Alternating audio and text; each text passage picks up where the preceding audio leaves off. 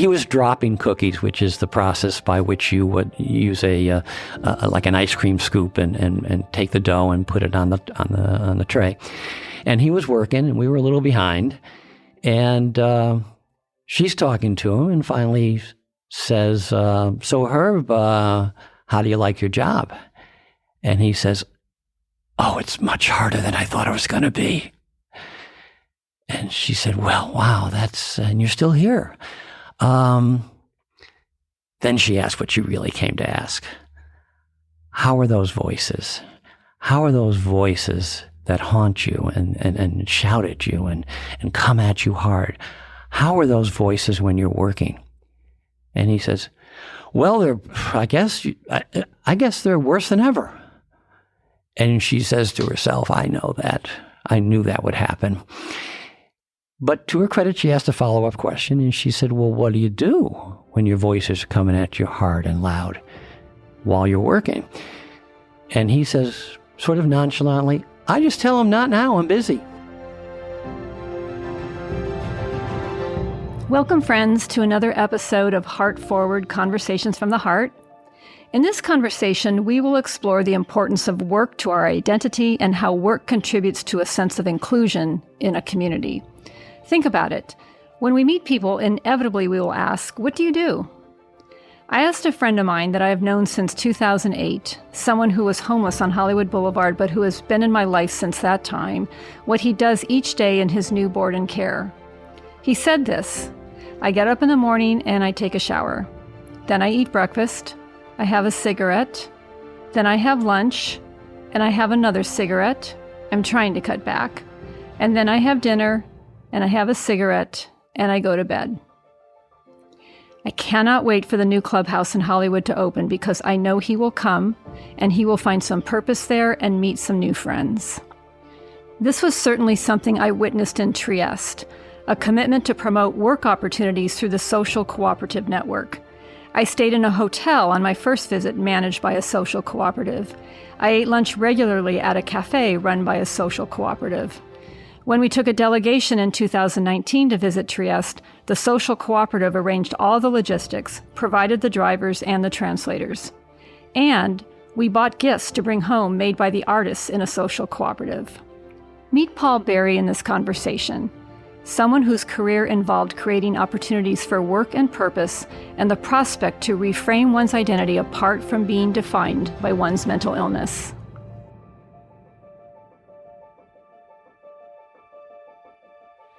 Good morning, Paul Berry. It's so great to see you in person in the studio today. Thank you for coming up from the South Bay to join me today. Well, thanks for the invite. I think we saw each other last in 2019 when we had lunch at a cute little cafe in Los Feliz. So you're looking great 4 years later. Oh, wow. 4 years. That's right. Yeah, exactly. Well, we're gonna kind of riff off that initial conversation we had because I found it so provocative and it's so relevant to what we are working on in Hollywood right now, because I think, we have the opportunity to pursue a community-based mental health pilot funded by the State Mental Health Services Act. And a big component of that is creating vocational and work opportunities for people living with mental illness in the community. So I just knew I had to get you back here with me again because you have such great experience in this space. And I'm hoping as people listen to our conversation today, whether they are members of the business community in Hollywood or they are consumers or service providers and others, they will hear a place where they can have a role in this. And so we're going to tap your expertise today. Okay. All right. So let's start though with your a little bit of your origin story, how you got into this work, because I know you probably did not think at the very beginning that this is where you would land. So can you trace that trajectory for me? It's a bit of a convoluted journey, but in part it started having done a couple years in something called Teacher Corps, which I think became eventually Teach America. And it led me to working for 5 years in a maximum security prison back east in Connecticut. And it was an amazing experience. I learned probably more than I taught. But what I did learn, what I took away after all those years, was how difficult it was to help people think about living a life differently than they had been living it when they're in an environment that continues to reinforce the values that aren't working, the decision-making that has gotten folks in trouble along the way, that environment becomes a pulsating character in their life, more powerful than any teacher or counselor or social worker.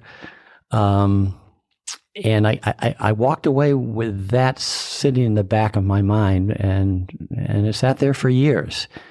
And the notion of how the environment can shape in such an impactful way. Yeah, and how difficult it is to combat that. So I eventually made my way to Southern California and worked at a place in Pasadena for adults with developmental disabilities. And for those folks, I started a business called the Hot Dog Building Company right there on Colorado Boulevard. And approximately what year would that have been? That would have been the early 80s, mid 80s, early 80s, yeah. And when we started this environment, this business, almost all previous work experiences or vocational programs for folks with developmental disabilities were in, workshops or back of industrial parks where there was very little customer contact and very little community involvement, and just put there for people to keep busy. And I decided that was not really going to be productive. So let me just unpack that for a moment, because I actually worked for a regional center right around that time. Mm-hmm. It's so interesting. My first job out of college was at a regional center in the South Bay. And that was right when the Developmental Services Act, the Lanterman Petra Short Act preceded all of this, and the creation of the statewide regional center system to serve people with developmental disabilities. And there was this beginning movement toward vocational opportunities. And I remember visiting a sheltered workshop. So you're referencing a sheltered workshop. Describe what a sheltered workshop was. It had the feel of a sweatshop, and I don't mean to be disrespectful, but there wasn't a lot of energy. There wasn't a lot of normal experiences, normal expectations. It was very much separate from the norm in every possible way. And our approach with the Hot Dog Building Company was about as opposite as you can get. We're going to put people right on Colorado Boulevard, right where the Rose Parade goes, right across from Pasadena City College, and we were going to create, and we did create, an environment where customers from the college would come in, and the expectations of everyone who worked there, and the key word is they worked there, they were employees, and that was the role that they were given, and they were paid, and they had to live up to the standards of regular employment. And this seemed idealistic to an awful lot of people, and maybe even to me. What I saw was astounding. I don't know how you measure degrees of developmental disabilities. I don't have a tool for that. But if you can just ride with me on this, there were people who, on a scale of 1 to 10 in terms of appropriate behaviors, they were somewhere around 3 or 4, sometimes less. And when they were working, when they had a job to do, when they had these customers coming in, when there were good-looking women and good-looking men coming from the college in there expecting, they were going to have a good lunch. What I found were the folks that I employed, their behaviors changed from the 3 and 4s to 7s and 8s. And it was an astounding thing to watch. And in that moment, it sort of connected with the prison experience, which was, the environment can have an impact on people's way to think of themselves, the way they present themselves to the world, their behaviors, even their attitudes. And that became sort of the germ impetus for what eventually became a career move for me to bring that idea into mental health. So I know you went on after that to this new experiment that was called Corporate Cookie. Right. And then you went on to the Village. So let's slow down on your trajectory right now, because I want to unpack Corporate Cookie, and then I want to unpack the Village in greater detail. Okay. So how was it that you made the transition from the hot dog building company, and I love the name of that, to then this new entity, this new initiative called Corporate Cookie in Mid-Wilshire? Sure.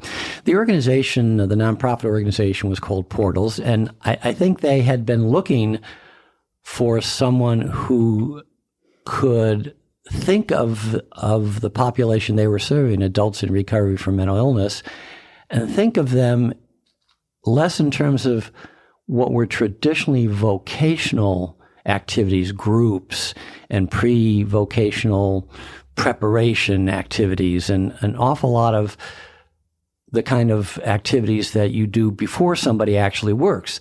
And they were thinking, let's see if we can actually put somebody to work instead. And how did they have that idea? What was the genesis of that? Because that was kind of a radical leap. It was, and it was in the field especially, and even to the public. And somehow it evolved from in their own, culture at Portals into something that made a lot of sense. And to some of your listeners, it's going to make a lot of common sense as well. You protect people from the normal experiences, challenges, benefits, consequences of employment. You protect them from being prepared to ever participate. So we got the Corporate Cookie going right there on Wilshire Boulevard, and set it up as a regular cookie store. In fact, they did NBC did a little bit of coverage on it when it started and called it a very sexy environment. I don't know what that means when it comes to cookies, but I was buying it. Okay, so you have jumped across a part of the story that I remember you telling me before. So we have to look at the fact that you actually had to have a business plan in order to figure out, well, how are we going to pay for this? What are the cost of goods going to be? How many people were going to be employed? And also, I want you to tell me the story about how you learned about how to bake cookies. You see, you're going to out me here, aren't you? I think all these years later, it's okay. I'm hoping Mrs. Fields has moved on or something. It's one of my favorite stories you told. I think there was a group of students from UCLA graduate school that, as part of their project, did a business plan for Portals and for the development of the Corporate Cookie. And they sort of designed the business aspects of it, and it was well designed and well conceptualized. What was probably so different and what the business students couldn't really cover was how to create an environment that doesn't reflect a focus on the disability, but a focus on the capacity for people to perform in very standard, maybe superior ways. And that was the challenge. That was the trick, to create a culture of expectation. And I think we did that pretty well. You were a customer. Mm-hmm. I know, I was. And I will point out that what was so wild about meeting you, telling the story, that when we were beginning to explore what the Trieste-inspired pilot might look like in Hollywood, and Dr. Dave Pilon, of course, was tapped to draft that proposal to the state of California. And we were talking about how employment training and work experience would be part of the ecosystem we wanted to create in Hollywood. I told him this story. I said, back when I used to work for the California Association of Realtors, this was after the regional center, I worked in Mid-Wilshire, near Bullocks, Wilshire, and there was this store, and it was called Corporate Cookie, and we used to go there after lunch and pick up a cookie and a cup of coffee to take back to our office. And we always thought, well, there's something about the people that work there. It was a little off, but the food was so good, the coffee was so great, the people were so friendly. And it was about a year or two later, there was a little article in the LA Times about portals and the fact that all the employees were people who had mental health conditions. And then Dave Fallon said, well, I know the guy that started it. So it was such a happy way to connect with you. Yeah. But elaborate some more, because I want people listening to this to think, okay, if I were to consider doing something like this in Hollywood or in any part of Los Angeles or the country, you've got to find a space. You have to lease the space. You have to have a business plan. Describe a little bit more about were there grants involved, vocational rehabilitation grants? This is operated by a nonprofit. And so tell us a little bit more about how that business model works. Sure. They got a grant, in fact, from the State Department of Mental Health, and that was their startup. And they used that as their seed money to get things going. There was some support from the Department of Rehab, the State Department of Rehab in Los Angeles. And the nonprofit was willing to throw some of its own resources that way.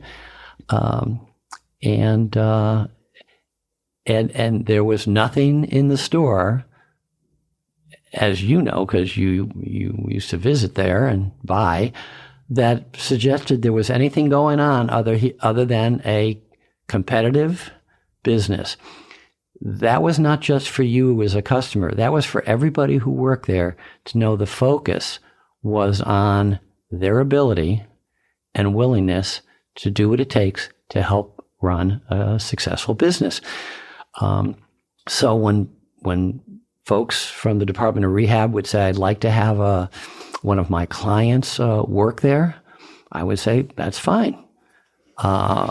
Whatever paperwork you have to do, you send to me.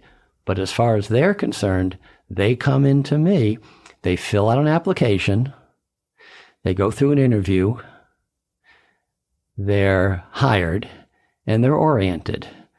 That should sound pretty familiar to what normally happens when you apply for a job. And I guess my point was, everything that happens from that point on, from the point of actually showing an interest in working there, was going to reflect normal expectations,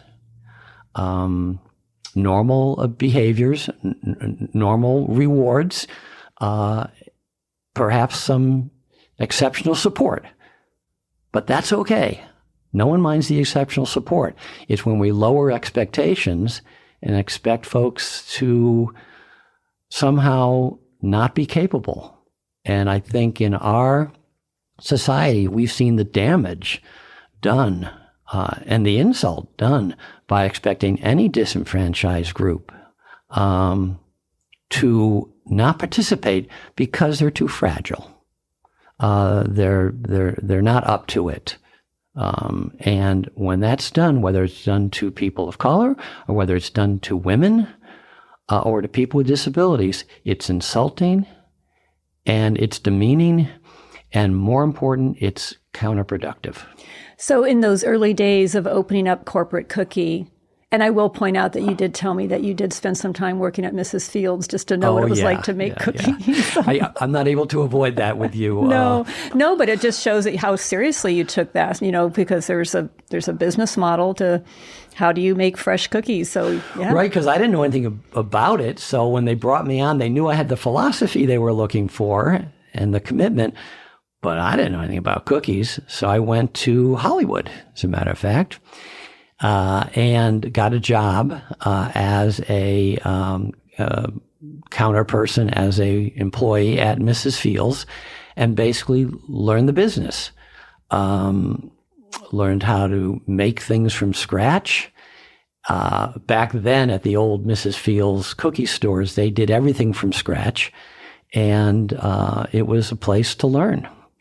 And it was, I think it worked. Well, I underscore that only because it truly did compete with Mrs. Fields, and it was a superior product. So I think that just the point that you're making is that this was intended. And anytime we think about maybe, these kind of social enterprise businesses for the future, there needs to be the ability to compete in the real world. Right. Yes. You've got a number of customers in this dynamic, and the one you can't forget is your regular, paying customer.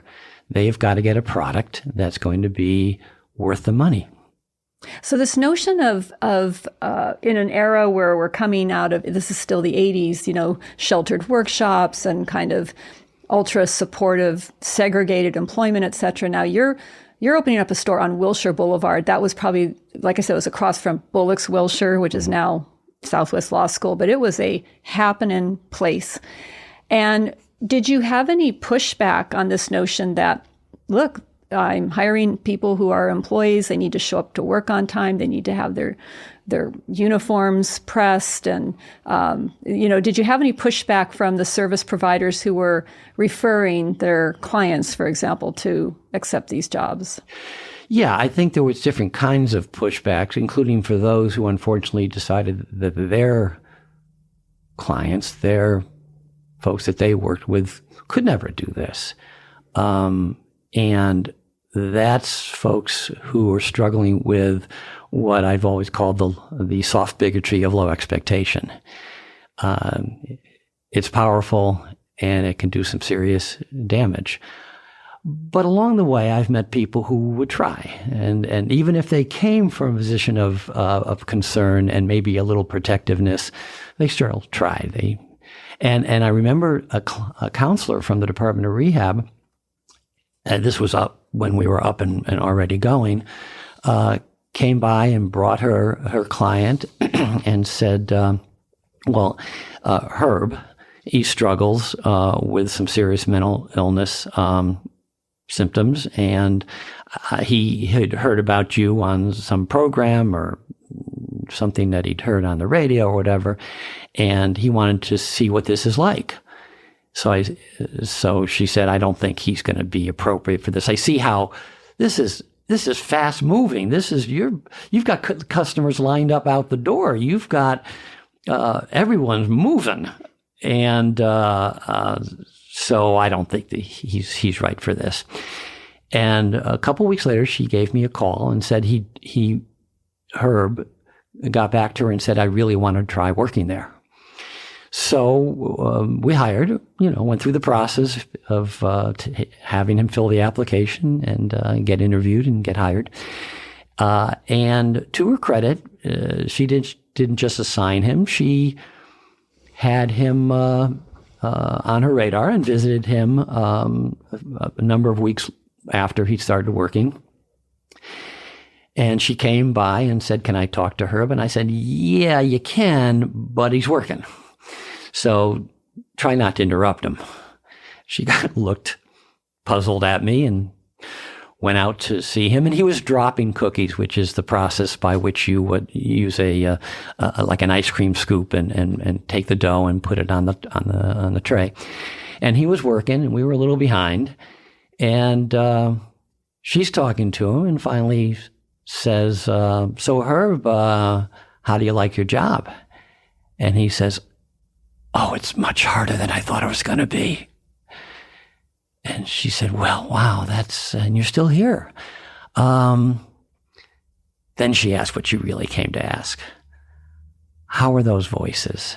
How are those voices that haunt you and shout at you and come at you hard?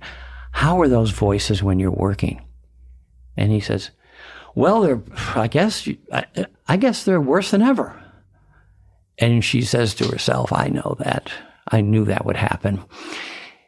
But to her credit, she asked a follow-up question, and she said, "Well, what do you do when your voices are coming at you hard and loud while you're working?" And he says, sort of nonchalantly, I just tell them, not now, I'm busy. Oh my gosh. I've never seen a stunned look on anyone's face more than I did hers. Yeah, there is power in having a non-disabled based identity. And you can try to talk people out of an identity that's based on, their illness, or you can replace it with another. And that's what I think employment does. It successfully replaces the identity of I'm a patient, I'm a victim, this is an ass-kicking illness, and it's been kicking mine for a while, and replaces that with, I'm no longer someone simply served, I'm a server. Mm. I have some power. I have some authority over my life because I'm expected to be able to do something. And guess what? I can do it. I can do it. Sometimes I get confused and sometimes I get lost. But with the support, I can do this.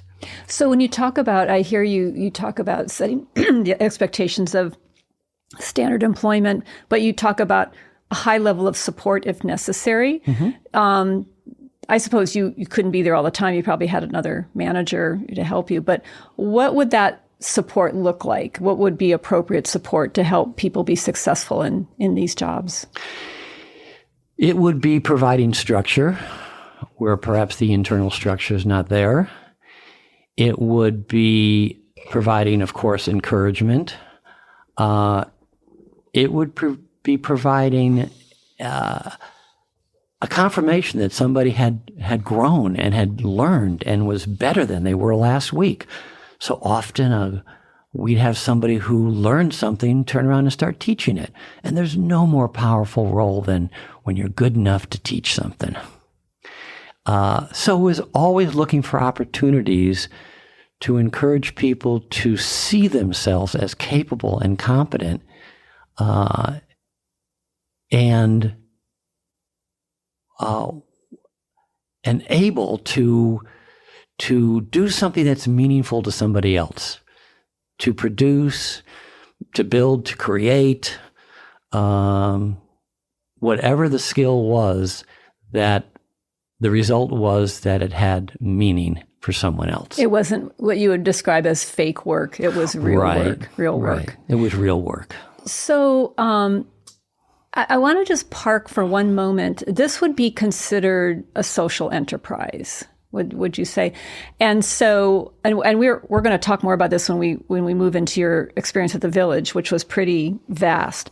But for the people listening, and I want you to tell the story again about how when I think of social enterprise for nonprofits, I do think, it's a way for a nonprofit to make money. And this is going to satisfy a whole bunch of objectives, and we can supplement our income as a nonprofit. That was my thought of what it would be. And you mentioned to me how you had gone to speak at a conference at the United Way where a whole bunch of nonprofits showed up thinking that this is what they were buying into. And they left when they found out, no, this is not what a social enterprise really is.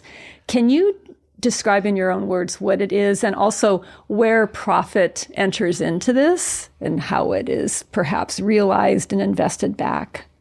Yeah, from my experience, and that United Way experience was pretty interesting. When they invited me to come and present, I told them what I did and how my whatever money we earned was plowed back into the business. So instead of hiring the 2 or 3 people that Mrs. Field might hire, we hired like 12 or 13 or 14 and had everybody busy. But it meant there was an expense there, extraordinary expense compared to a regular Mrs. Fields.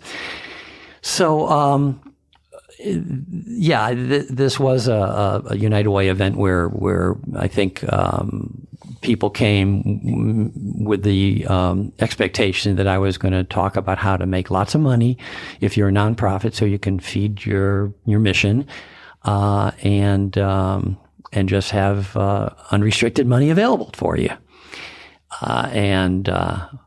after I explained what I did and how we spent our money that came in the door and how we had to actually supplement the income in order to keep things rolling. At the break, I lost about 3/4 of everybody because that wasn't why they were there. Right. Yeah. So the idea that that essentially your goal is to enhance the life of people who in the past have had few opportunities and few expectations, and to turn that around and be focused on helping people develop a non-disabled identity was the goal. If the goal is to make money, you got the wrong guy and you may have the wrong business. So how long did Corporate Cookie last, and what was the reason it closed? Gosh, I think it lasted 5 or 6 years, and the Metro line came in right there. You know the location, right there at Wilshire in Vermont. Yeah, ish. Mm-hmm. Yeah, Chateau, I think, was a side street there, but around Wilshire in Vermont, that the Metro station came in and basically bought up all the existing properties to build that Metro station, and we were gone. Do you remember the last day? No, I don't. I wasn't there anymore. I think I had moved on to the Village at that point. Okay. Yeah. So, well, that's just the perfect segue then, because now you were tapped to come to the Village run by Mental Health America in Long Beach. And this was maybe late 80s, early 90s. Are we at that point? That's right. Okay. Mm-hmm. And perhaps they had a much more robust commitment to employment around an entire continuum. And I imagine you were tapped to lead this. So let's tell that part of the story. I was. The Village, just to give you an idea of where you start at these things, the Village had a Wednesday morning meeting, which included staff and members. Those were what we called the folks that we served, and community members who came in to see what was going on. And it was a really casual meeting, people sitting around a large kind of cafeteria, with one person sort of trying to keep order, and doing a pretty good job of it. But there was a member who was new that week, and I remember that the person in charge, which was not an executive of the organization, it was somebody who either worked there or was served there, but they were running the meeting, and they asked someone to introduce themselves and basically said, "Tell us about yourself." And the new member proceeded to basically, in this very warm and friendly group of people she didn't know, proceeded to talk about her symptoms, her diagnoses, her hospitalizations, her medications, the side effects. And it wasn't long before the person said, no, tell us about you. And she eventually said, "Well, I'm interested in surfing." And the whole room went, "Yeah, now we're talking." Wow. So she led with her diagnosis and not with who she was as a person. And I think that was pretty common for people, not just in a mental health environment, but on a bus, to lead with this idea that they were defined by their illness. And there's nothing more debilitating than when you define yourself by your disability. And that's the kind of the source of the recovery movement as a whole. The idea of recovery doesn't mean you're cured. It doesn't mean whatever it is you're recovering from disappears, never happened. And that's why recovery from a divorce, it doesn't mean the divorce went away or you got remarried. It means that your life is no longer defined by that incident, by that experience. If you are recovering from a financial disaster, it doesn't just mean the financial disaster has disappeared. It means your life is no longer defined by it. And the same goes for people with mental illness or who are in recovery from mental illness. To recover means your life is no longer defined by it. You still have the illness and you may be getting treatment for that illness, but the most debilitating part is if your life has become defined by that. Yeah, that is such an important concept. And it was something that as a layperson, I did not understand. Dave Pilon actually has really helped me because he always would talk about in the American mental health system, though we say we believe in a recovery-oriented ethos, we really don't. We don't help people. We help with ways to reduce symptoms and avert the crisis or stabilize, and then we kind of drop people like a hot rock, and they're just starting their recovery journey. And he would always help me understand that it's really about reclaiming your life. You can go back to college. You can get married someday. You could live more independently. You could have a job. We take away those aspirations, and with a good recovery mindset, we help reclaim them. So it's so important to really underscore that. And so at the Village then, as you were helping people reframe who they were as people, what was the array of options you began to expose them to that would help them in that process? Well, we had an array of different options. You're right, a menu, we called it, of options. And they included part-time work in the community, full-time work in the community. They also included work opportunities in one of our agency-owned businesses. We had a few of those. One was called Deli 456. One was the Village Cookie Shop, no surprise. And Village Maintenance Service. There was also other options on the menu, such as casual labor, which is someone who might work in the community for just a few days here and a few days there. There was seasonal work was another option, which would come about as it sounds during certain seasons. Think of the bell ringers for Salvation Army. There right. You go. We even had one called Work for a Day. We started a day labor program, and we advertised it as a day labor program, and folks would work for 1 day, then 2, and maybe it would turn into 3. And this sort of sporadic work could help folks overcome the assumption, the belief that they couldn't work. They weren't capable of it. It was too hard. It was too stressful. And when they were able to try work, they were particularly surprised how good they could be at it.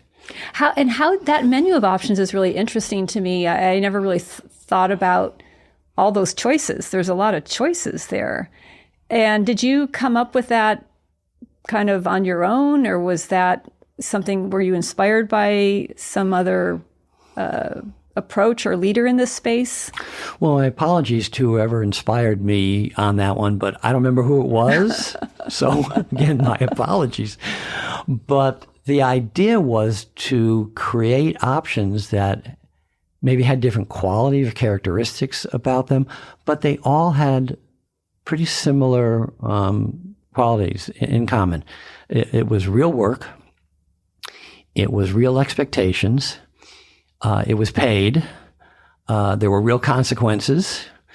And there was dignity in it. I think I remember you telling me a little bit about the fact that the Village had access to staff who were considered job developers. Yes. Can you describe what that role was? You bet. I mentioned part-time and full-time employment in the community. That was done by 4 or 5 job developers that we had that built relationships with employers in the community, and then tap that relationship to give folks who we were serving a chance to work. Those job developers didn't emphasize employment; they emphasized the willingness and the ambition for folks to actually to work and to be productive. So they didn't go out there with their hat in their hand looking for charity. They went out there looking for employers that wanted good employees. Okay, so let's focus on this for a few minutes, because I'm thinking this is where people who are listening who want to be helpful in this space, whether they are community members, service providers, businesses. Can you give an example or two of maybe one of the job developers approaching XYZ business who you may in a million years have never thought that they'd be open to this? Under what conditions was this offered up, and how would you overcome reticence, perhaps? Sure. You can think of Home Depot. Okay. And our job developers going to Home Depot and saying, I know you've got some heavy turnover, especially an increased need around the holidays, and we'd like to be a source for your labor. We're an organization that screens folks and picks out the folks that are particularly motivated, and we refer them to you based on our knowledge of what you expect and what you need, and the folks we have who want work. And so they went in with that sort of attitude of job matching. Mm-hmm. Now, once in a while, there would be somebody who was struggling with insecurity, more than once in a while, often. And one of the techniques that some job developers would use would be to find natural supports. Now, there are all kinds of supports, and the importance of support in helping folks who are trying to work, sometimes for the first time, you can't underestimate how important that is, whether it be a case manager, whether it be family members, whether it be friends. But sometimes having somebody on the job to be especially supportive can be very effective. So in other words, there'd be somebody at Home Depot who would also then kind of be there, come alongside somebody to be there as a mentor, a support person. And keep an eye on them. Keep an eye on them, yeah. And I think job developers could do that without disclosing a lot about the illness or disclosing a lot about the person, other than trying to get an idea of who in that employment site has the heart. We used to call it the heart of the operation. Mm-hmm. And you can find that out by watching. Mm-hmm. Who do people go to? Who do they kind of talk to? Who do the regular employees seem to gravitate to? And when you find that person or recognize that person, if you can kind of saddle up and say, listen, I got a new employee from our labor supply business, and we think that they're just struggling with security and confidence, and you seem like the kind of person who would care. And if I'm right, would you mind just keeping an eye on them, making sure they're okay during those first couple weeks? Excellent. So can you tell a story of maybe a great success story of somebody who might have been reticent or anxious, or folks thought, well, they never could have made it in the real employment world? Do you have a story to share? Well, there's lots of them.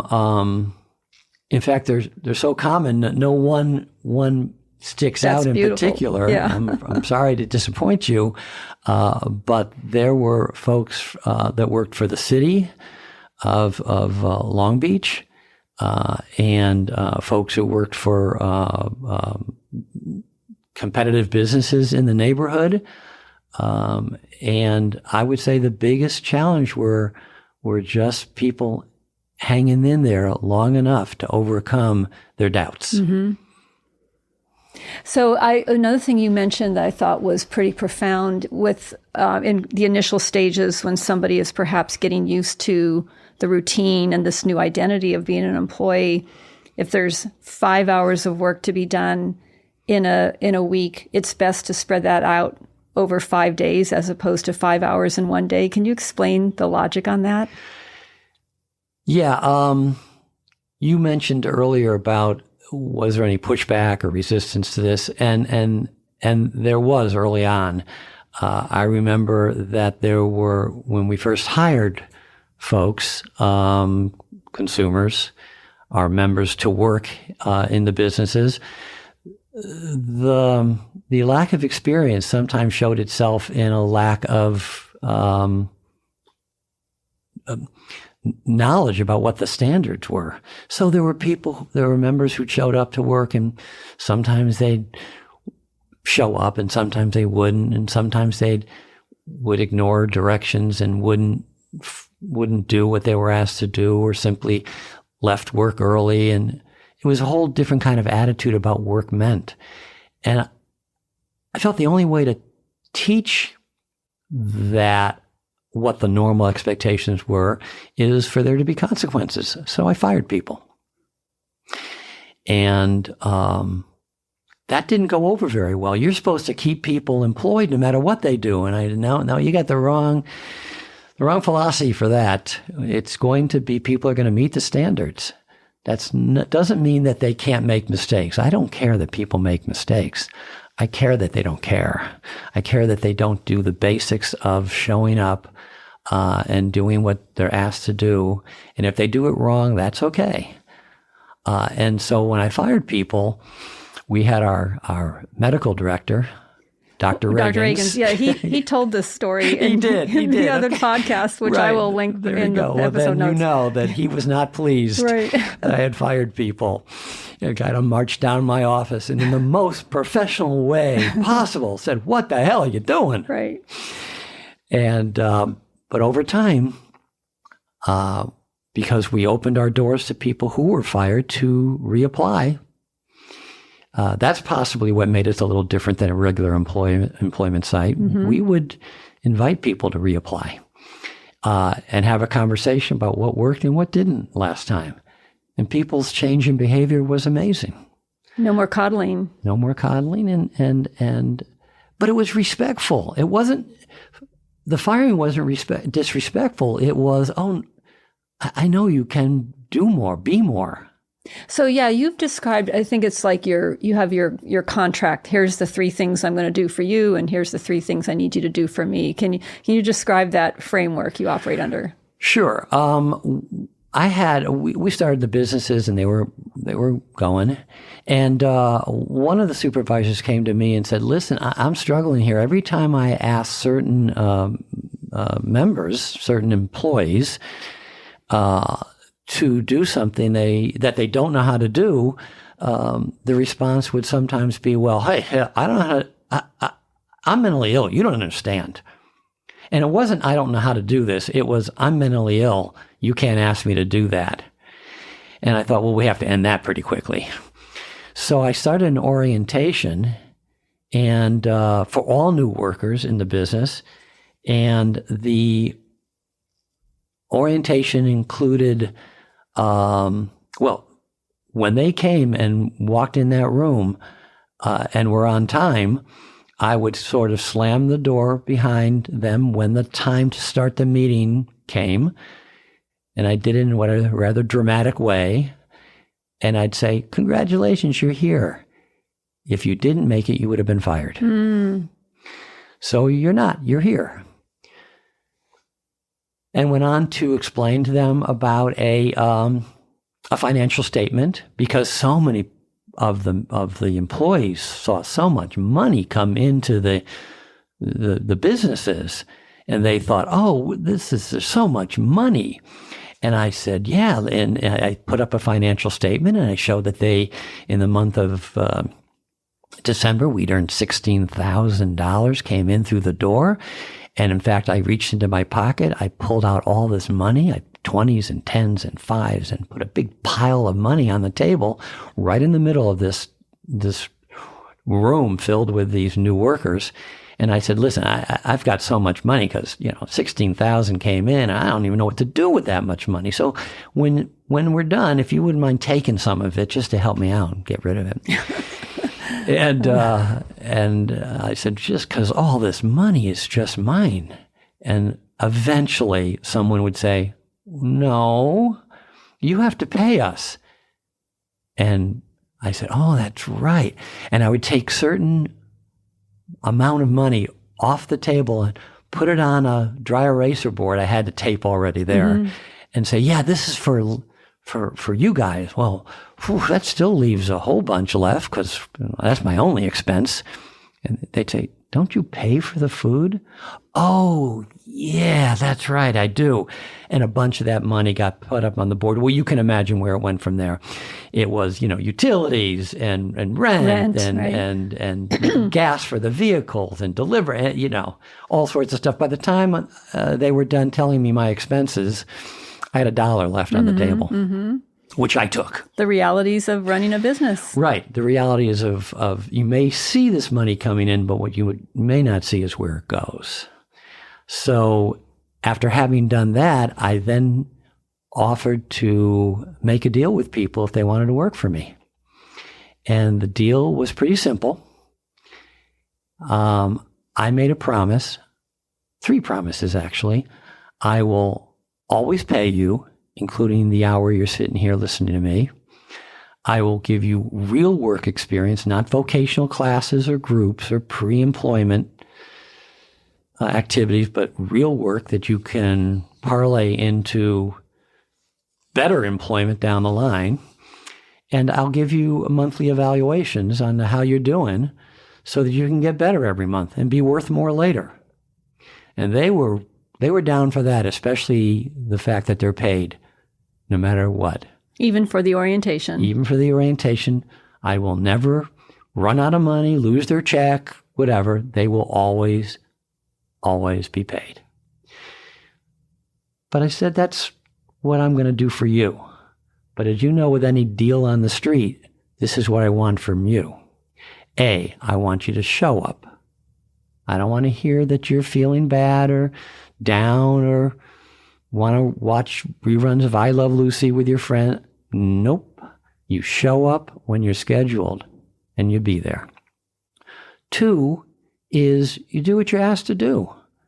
I have 1 manager for each of the businesses, or sometimes 2, and they're business people. They are running a business. They need to have you all rowing in the same direction. So you got to listen to them. And if you'd like to be the boss, that's not a problem. When I have an opening, you're invited to apply. But at this point, I don't. And you've got an employer and a supervisor, a boss, who will tell you what to do. You need to do it. And C, leave your mental illness at the door. Pick it up on the way out. Your bosses aren't counselors. They're not therapists. You're invited to bring any of those issues you have to any of those folks you know. Don't bring it to your boss. They don't care. They're interested in running a successful business and making me, themselves, and you money. And when you would lay out this contract, what was the reaction? I was surprised by the reaction. People almost threw their shoulders back, in part because through this conversation, I must have mentioned 7 times, I need you. I don't want to pay this money to you, but I need you. I'd rather do it myself because it's cheaper, but I need you. People are at their best when they're needed. So the idea was that when people felt needed, the shoulders went back, and I went around and I shook everybody's hand individually and said, are you willing to make this deal? Sometimes I hung on to their hands for a long time saying, do you want to make this deal? Invariably, everyone always said, I can do this. I know deals.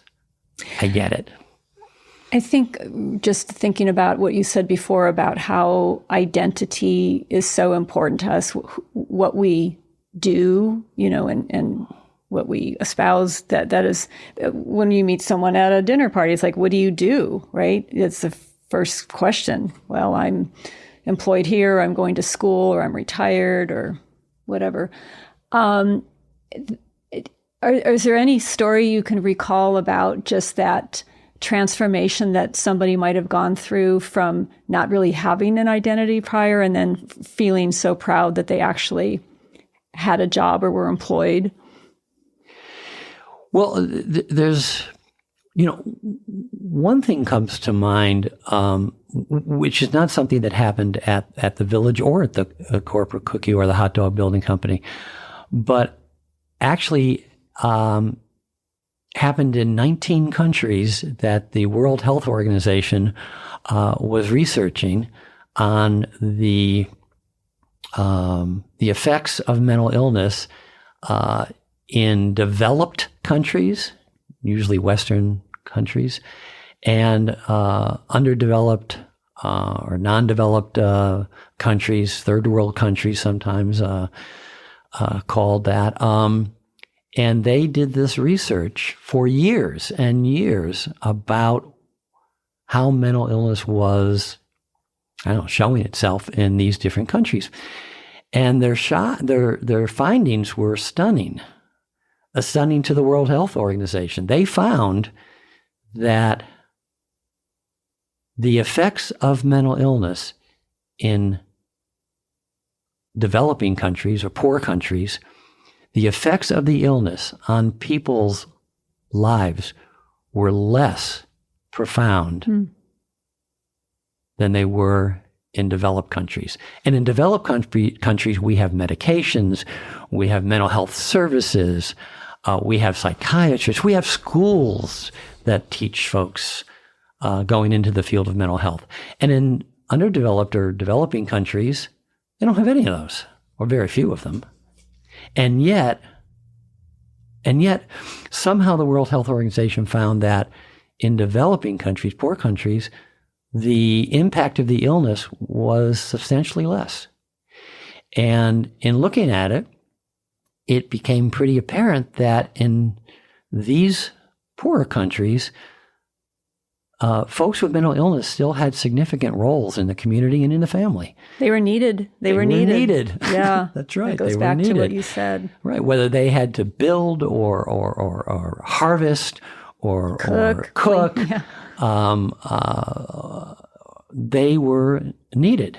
And the fact that folks were needed had such a profound effect on their identities, and their identities had such a profound effect on their behaviors, that it resulted in folks having been less impacted by the illness in their functional day-to-day lives. That's pretty profound. Well, let's find that study and link it in the episode notes. And then the Village was also independently evaluated also with respect to some of the results at the end of the 4 or 5 years of at least the study phase. What do you recall about some of the highlights of what was learned from that?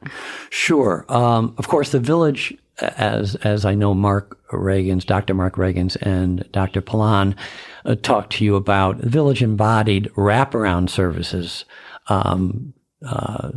anywhere from housing to social, to spiritual, to employment,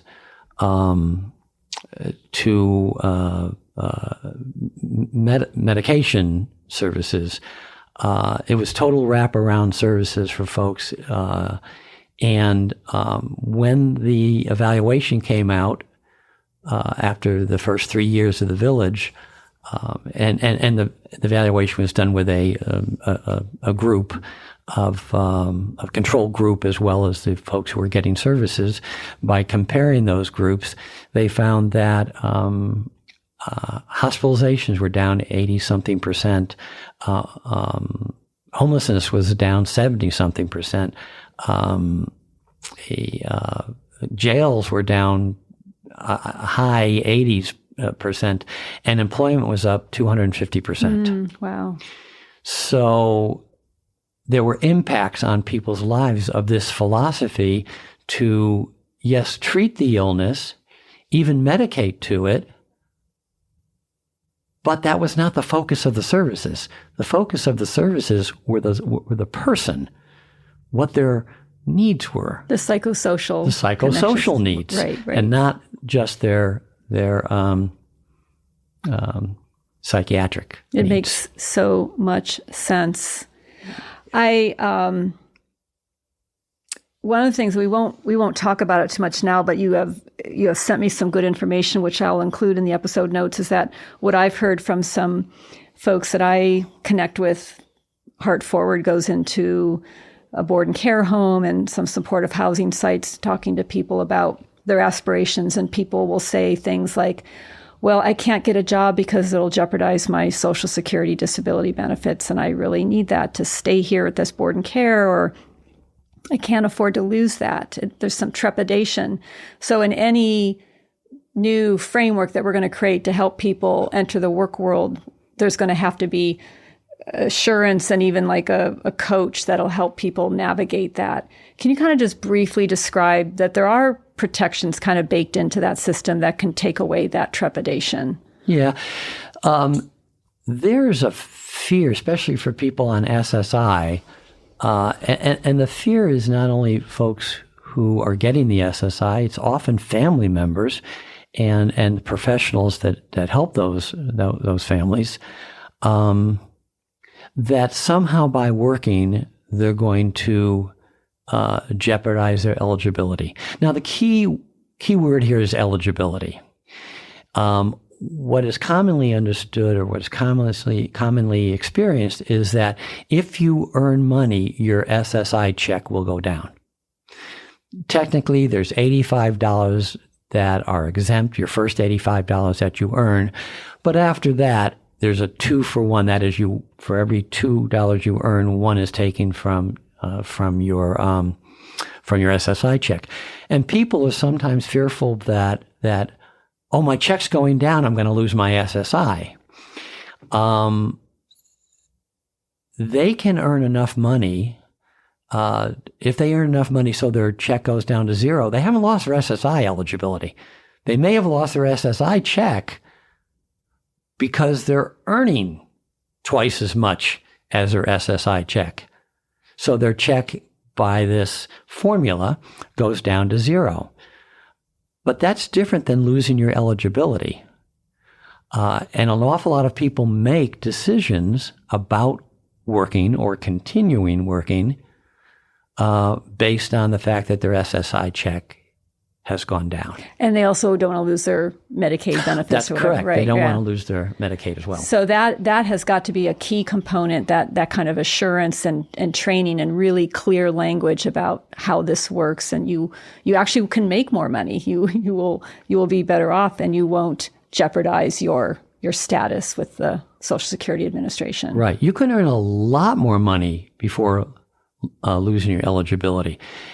As long as you continue to be medically eligible, that is to say, you still have a mental illness, and that you're checking in with SSI as you're required to do every year anyway, that as long as you continue to so-called qualify by doing those things, you're going to remain eligible and can earn quite a bit of money before the amount of money you earn would affect your eligibility. That's wonderful, wonderful news. So we could talk all day. I just love hearing these stories, and it's so inspiring what you were able to accomplish. And I hope people, as they listen to this today, can start to think about ways in which they can help in their community generate these types of opportunities. Is there anything you wish I would have asked, or any kind of closing points of wisdom that you want to share for those who are listening? I don't know about wisdom, but there was a visitor. We had quite a few visitors at the village over the years, and there was a visitor from New Zealand who came to essentially study the village. Interesting guy, researcher, just committed to trying to turn this Rubik cube over and over until he can figure something out. And after the third day, he had what he called an aha moment. And he said, I've realized that it's not just what you're doing that makes you successful, but what you stop doing as well. Is he talking about the person or the agency? I think he's talking about the agency. Okay. I think he's talking about the agency. And to digress from a story, you should never digress in the middle of a story, but I'm going to break that rule. To digress to tell a different story, Dr. Mark Reagans was doing a class. He was teaching up north somewhere, and had a large group of county workers up there. And he was doing an exercise where he said, well, what do you do that's working? And, people were raising their hands and there was incredible participation. And he was using one of those boards where you rip off the paper and you paste it on the wall. Paste it on the wall somewhere. Yeah. He had one whole wall filled with all these things that people think they're doing that are working. And then he said, next question, what things would you add to what you're already doing to be more effective? And once again, the hands went up and people were just committed to an array of different ideas. And another wall was filled with all these papers pasted to the wall on ideas. And then Mark asked an interesting question. He said, so, what would you stop doing to be more effective? Crickets. Wow. Nothing. Nobody had any ideas about what to stop doing. And I think, and I'll go back to the story about New Zealand now, that this guy said, one of your strengths is that you look at things that aren't working or compromising the effectiveness of the things that are working, and you stop. And I was reminded once that I went to talk to a group of folks about employment, about hiring some job developers and getting people employed in the community, and the menu of options where they could work, different places they could work. And I remember one person saying, yeah, we'll add that to our pre-vocational classes. I went, no, do this instead of your pre-vocational classes. Pre-vocational classes have already, the research on them is that they lead to nothing. They prepare people for the possibility of considering employment someday down the line, a day that never comes. Get people to work. The best way to learn how to work is to work. The best training for a job is a job. And so the idea that the village was able to stop, at least in employment, any of the pre-vocational things that sort of got in the way of people actually working was a comment that I think the New Zealand guest was picking up on. I love that. I think that's just a perfect way to end, because we are so additive.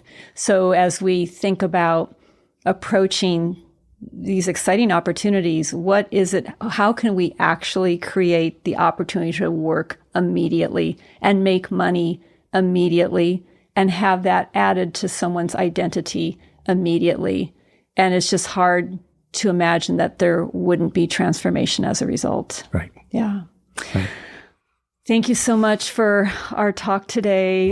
Just so inspired by everything you've accomplished. And let's see if we've been able to plant some seeds so creative young Paul Berries can surface and carry on the next generation of legacy in this space. Oh, you're too kind. Thank you. All right. Paul reminds us of the quote that when we lower the standards or diminish the opportunity for any group of people to achieve or produce or contribute, we are exercising the soft bigotry of low expectations. That quote is attributed to a speech made by George Bush, crafted by his speechwriter, Michael Gerson. Perhaps some might find that offensive, but similar to the story he told of Herb, who admonished his voices to stand down when he was doing his job, I think we have to try something bold and new to give people a chance to be their best self. Personally, I am really excited to see what we can do in Hollywood in this space, and I hope that this can be an inspiration to spread throughout Los Angeles and beyond. Our next interview will focus on the nature of occupational science and how it dovetails with what I witnessed in Trieste. Thank you for listening, and thank you to Aaron Stern and Verdugo Sound for assistance in the technical production of this podcast. See you next time.